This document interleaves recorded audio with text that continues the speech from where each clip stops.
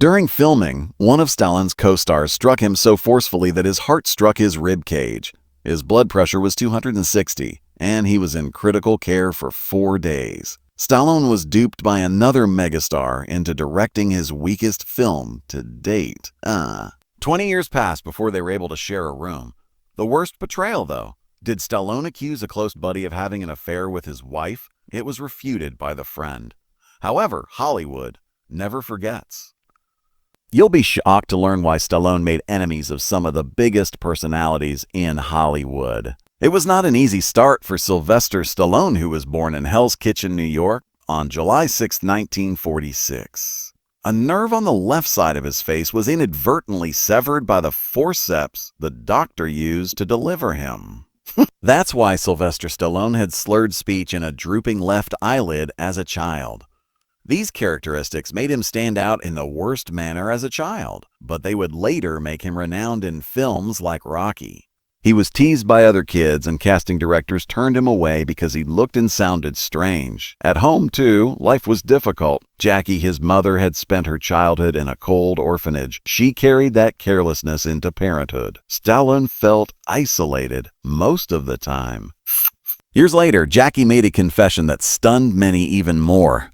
Using risky techniques, including coat hangers, she had attempted to terminate her pregnancy with Stallone. According to Stallone, she informed him that the hanger's failure was the sole reason he was present. And it wasn't all. Jackie threatened to punish him in a horrible way. If he misbehaved, it would be like abandoning him by an open window in the thick of winter. He was formed by the fear he experienced growing up. It left him with severe scars, but also made him tougher. Given his own life, it is hardly surprising that he was drawn to portraying underdogs who battled against all odds. His parents were constantly fighting. His father, Frank Stallone Sr., played polo and worked as a hairdresser, a peculiar fusion of ostentatiousness and cruelty. When Stallone was 11 years old, they parted ways, and he subsequently lived primarily with his father. He had already spent a portion of his early years in boarding care due to a lack of supportive family members. The issues also accompanied him to school.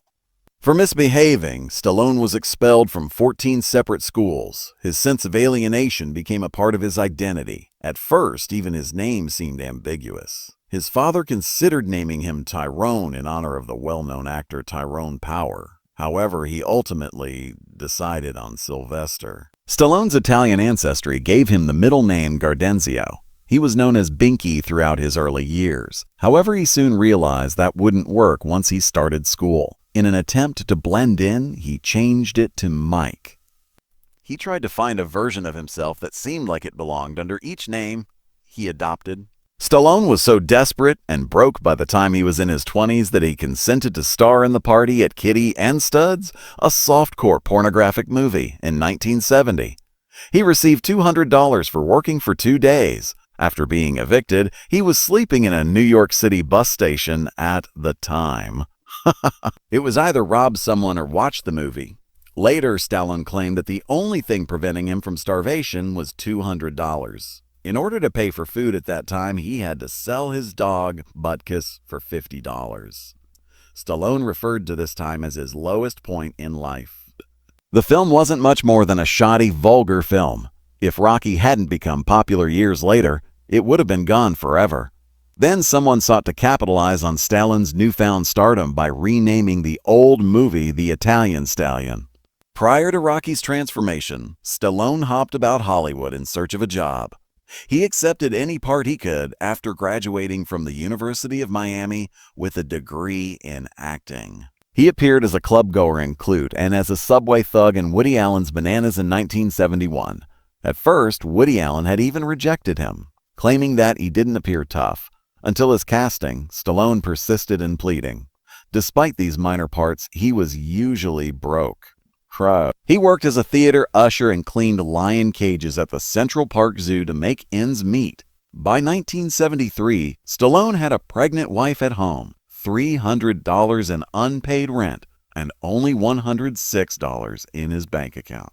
The Lords of Flatbush gave Stallone a brief reprieve in 1974. Although it wasn't a big movie, it was his first meaningful role and an opportunity to compose some of his own dialogue. Stallone portrayed Stanley Rosiello, a greaser in the Brooklyn of the 1950s. This was just right for him.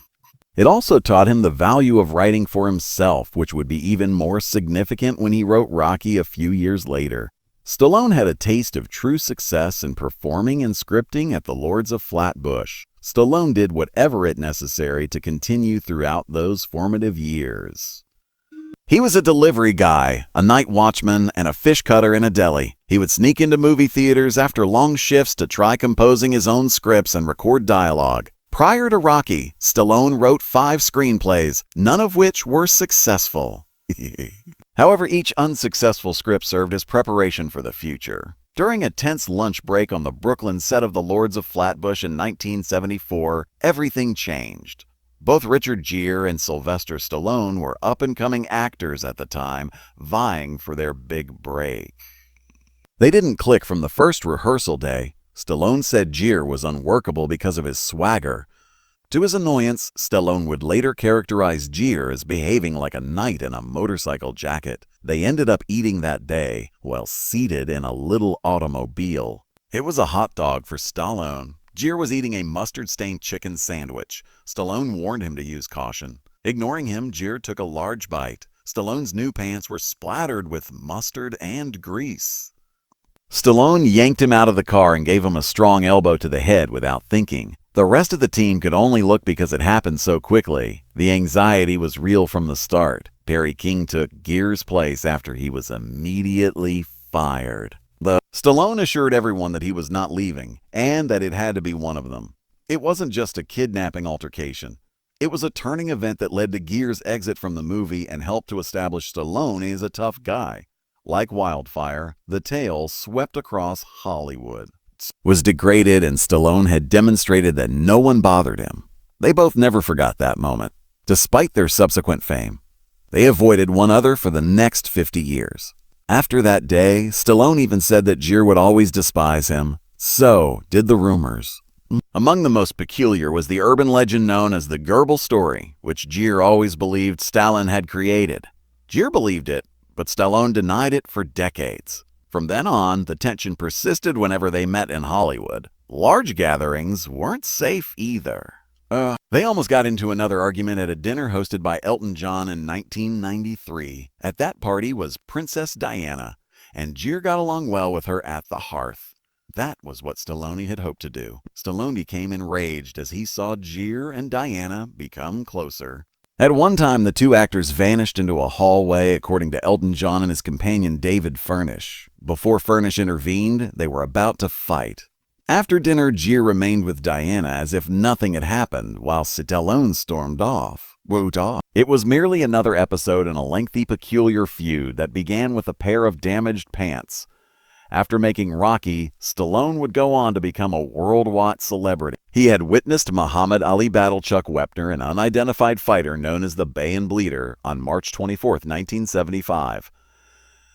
In a few rounds, Ali was supposed to knock him out. Rather, Wepner persevered through all 15 rounds and even once took down Ali. Stallone was astounded by Wepner's heart, but Ali prevailed via TKO in the last 19 seconds. Stallone was penniless at the time and had even sold his dog for $50 to pay for groceries. He got the concept for Rocky, a story about a nobody fighter persevering from that fight. In just 3.5 days, Stallone penned the script for Rocky. The studios adored it and continued to give him up to $360,000 for the script. However, they did not want him to play the lead role. Stallone was adamant and offered them the script for free in exchange for letting him portray Rocky. At last, they consented, but only if the movie cost less than $1 million to make. Stallone received a meager $35,000 for his performance and other services. They succeeded despite having a meager $960,000 budget.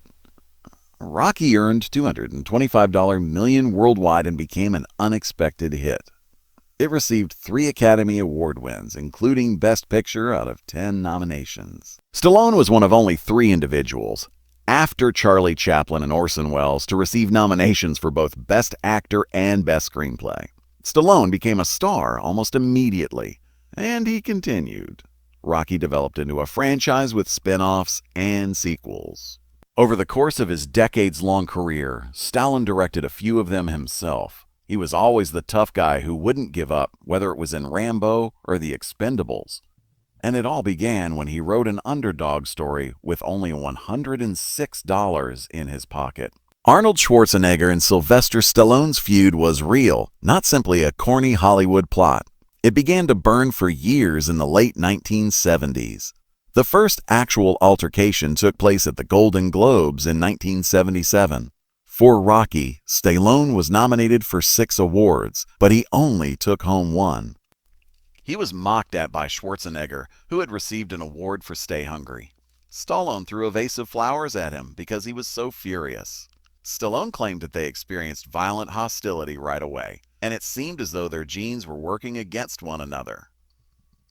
"We couldn't bear to be in the same cosmos," Stallone even acknowledged. They both had an obsession with beating one another. Greater box office hits, more kills, larger muscles, and larger firearms. Every decision they made was partially motivated by the desire to outdo each other. They kept a close eye on each other's professional development. It was unsightly and personal. Movies and muscles weren't the only things that caused that hatred. It turned into a psychological conflict. Schwarzenegger and Stallone pursued one another in ways that most people were unaware of. They fought for larger-than-life action sequences and better bodies. However, Schwarzenegger performed one of his most well-known stunts in 1992. A script for Stop, or My Mom Will Shoot was presented to Stallone. Schwarzenegger spread false allegations that he was eager to complete the project and acted as though he loved it. Stallone believed Schwarzenegger was intrigued and hurried to sign on. He discovered that Schwarzenegger had set him up just too late. The film was awful. It turned out to be one of Stallone's most disastrous turns, and he earned a Razzie for Worst Actor. Schwarzenegger took pride in it and subsequently chuckled when he said that was absolutely accurate. That was only one instance. In order to make the other one appear bad, they also deceived studios, tricked agents, and manipulated every aspect of Hollywood. However, in 1991, things began to shift. They were having a business meeting rather than making up on a movie set. Planet Hollywood was being launched by Schwarzenegger. Their shared attorney recommended that Stallone be brought in. At first, Schwarzenegger hesitated, but then he understood that this could put a stop to years of insane arguments. Bruce Willis joined them as well. Due to the success of the restaurants, these former rivals had to collaborate, travel, and advertise together. The wall between them was gradually broken by having to spend time together as business partners. They discovered they were more alike than they had previously believed. Later, Schwarzenegger stated that he wanted to move on since he was sick of the games. The acrid hatred started to subside. The most unexpected aspect was that their friendship blossomed. They continued once they established a rapport with Planet Hollywood. They even collaborated on films such as Escape Plan 2013 and the Expendables series. Seeing them side by side delighted fans. A genuine respectable chemistry was captured on video. Schwarzenegger even claimed that Stallone's rivalry had improved him. Stallone concurred, stating that their rivalry had sustained him. They seem to be inseparable these days, frequently showing up together at premieres or making jokes about one another during interviews. Sylvester Stallone and Eddie Murphy were two of Hollywood's biggest performers in the early 1980s. Action films like Rocky and Rambo made Stallone famous. Murphy was the comedian from 48 Heat and Saturday Night Live. Choochers connected despite coming from various worlds. They had something in common because they had both battled their way to the top of a challenging industry. They even discussed collaborating on a new Godfather movie because they were that close. They envisioned Al Pacino joining them in a third installment of the story. The concept seemed intriguing. Sharing the limelight wasn't something Stallone was used to, but with Murphy, it felt different. Murphy learned the ins and outs of Hollywood business from Stallone. When things grew serious, Murphy kept things light and made Stallone chuckle. That is why the subsequent events were so unexpected. There were rumors that Murphy was having an affair with Bridget Nielsen, Stallone's wife. The conversation came at a very bad moment. Nielsen had been cast as a villain in the May 20, 1987 premiere of Beverly Hills Cop 2. The star was Murphy. There was no sign of Stallone. Murphy had gotten her the role as a favor for Stallone, but it didn't work out. Whispers filled the set. According to others, Nielsen had a relationship with filmmaker Tony Scott as well. What was real could not be known. Nielsen was well known, as were Murphy and Stallone. With it, the tabloids ran. In the end, Beverly Hills Cop 2 earned $299 million globally. However, Stallone and Murphy's friendship was deteriorating behind the scenes. Then the well-known phone call arrived. Stallone was incensed. He allegedly accused Murphy directly, saying, "You kept my wife." According to later accounts, Murphy gasped. He recalled shouting, "Down, brother," in an interview with Rolling Stone in 1989. "Your wife was not F-ked by me." Murphy denied everything. Stallone, however, had had enough of listening. It made little difference whether Murphy was telling the truth or not. It had sown the doubtful seed. Everything changed with that one phone call. Rage had replaced the rumors. Additionally, Stallone felt deceived even if nothing occurred. The fact that their friendship dissolved so quickly only made it worse. In other settings, such a battle would be horrific, but in Hollywood, everyone watches. It spreads like wildfire. Murphy and Stallone started to stay away from one another. If Murphy turned up to a party, Stallone would leave. Murphy told Rolling Stone years later that Stallone thought the rumor was true. Murphy claimed that he believed I had cheated on his wife. After that, it was ruined, even though we liked each other. It was something Stallone never seemed to get over. One accusation caused everything to fall apart, despite the fact that they had become friends and discussed working together. No one could have predicted how popular Blood would become when it originally appeared in theaters on October 22, 1982. It introduced viewers to John Rambo and was based on David Morrell's book. Rambo wasn't a sardonic tough man like the majority of action stars at the time. Oh, whiz. He suffered from severe trauma as a soldier of the Vietnam War. When PTSD was first recognized as a mental diagnosis in 1980, the movie depicted him coping with the condition. In one of the most dramatic scenes, he experiences flashbacks brought on by police abuse, bringing back all the atrocities of war. In contrast to most action movies, it felt genuine and unvarnished.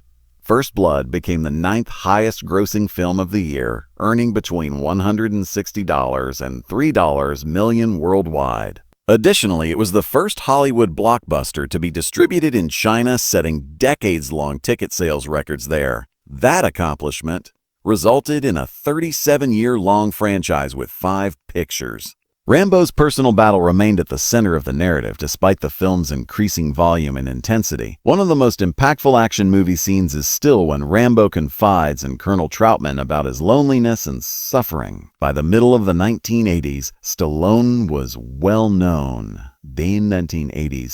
Following First Blood, his income soared.